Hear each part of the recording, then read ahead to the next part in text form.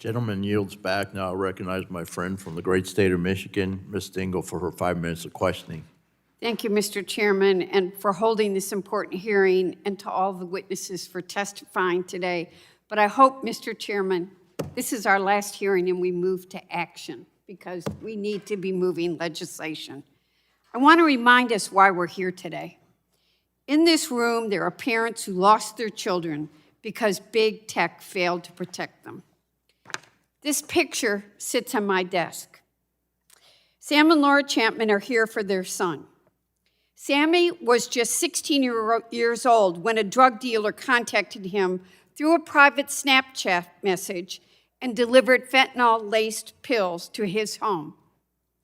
On February 7th, 2021, he was found dead in his bedroom.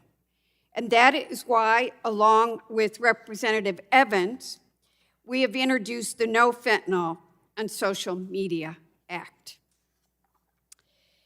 Joanne Bogart is here for her son. Mason was a 15-year-old who filmed himself attempting the choking challenge that he had seen on YouTube. That day, on May 1, 2019, his father found him unconscious. He died 3 days later. This coin sits on my desk, too. Maureen Moloch is here for her 16-year-old son, David, who died by suicide on January 4th, 2016, after enduring relentless cyberbullying, harassment, humiliation, and threats by his peers via text message and on social media. Rose Bronstein is here for her son, Nate, a 15-year-old who died by suicide on January 13th, 2022, following nonstop cyberbullying and online harassment by his classmates, in which no one stepped in to stop. And Deb Schmill is here for her daughter, Becca, who was 18 when she bought what she thought was cocaine from a dealer she found on Facebook. It was laced with fentanyl, and it killed her on September 16th, 2020, the night before she was supposed to enter rehab. These families are here today because they're fighting for what's right, to hold big tech accountable and protect every child online. And I know there are other parents here. I want to hear your stories. But Sammy, Mason, David, Nate, and Becca are just 5 of the countless young people whose lives have been stolen because big tech won't act, and it's time for us to act. We owe these families real bipartisan action. So I'm going to move to my bill quickly. I want to discuss the legislation that I've introduced with Congressman Evans.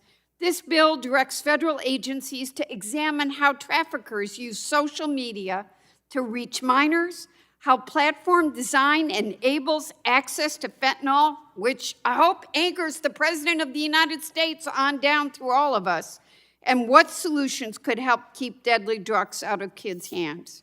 Mr. Berkman, how can this research under our bill help identify platform design features that enable fentanyl access and trafficking that targets minors? Thank you, Congresswoman, for the question and for your legislation, which we do support. There are a number of families here today. You mentioned some. You don't have time for all of them. There are a number of families here that lost children due to fentanyl trafficking and drug trafficking over social media. This is a vital issue. We see it impacting children across the country. And so your legislation is incredibly important because we need to understand with more specificity the features of platforms that are enabling trafficking. And it is happening. Someone mentioned drug trafficking happening in high schools. It was an example in person. It's happening on phones in high school via social media platforms. We have looked into this issue. We have been able to connect with a drug dealer that we obviously did not know before in minutes. That is how accessible this has become. Drugs have become to children in the social media age. And so your research is necessary so that we can have the interventions, both legislative and educational as well. Thank you. Mr. Chairman, I'm going to beg my colleagues on this committee, can we please work together to protect children and keep other children from dying? And with that, I yield back. Absolutely, I'm with you, that's for sure. Okay, next, I'll recognize Representative Fry from the great state of South Carolina. You're recognized for your 5 minutes of questioning. Thank you, Mr. Chairman.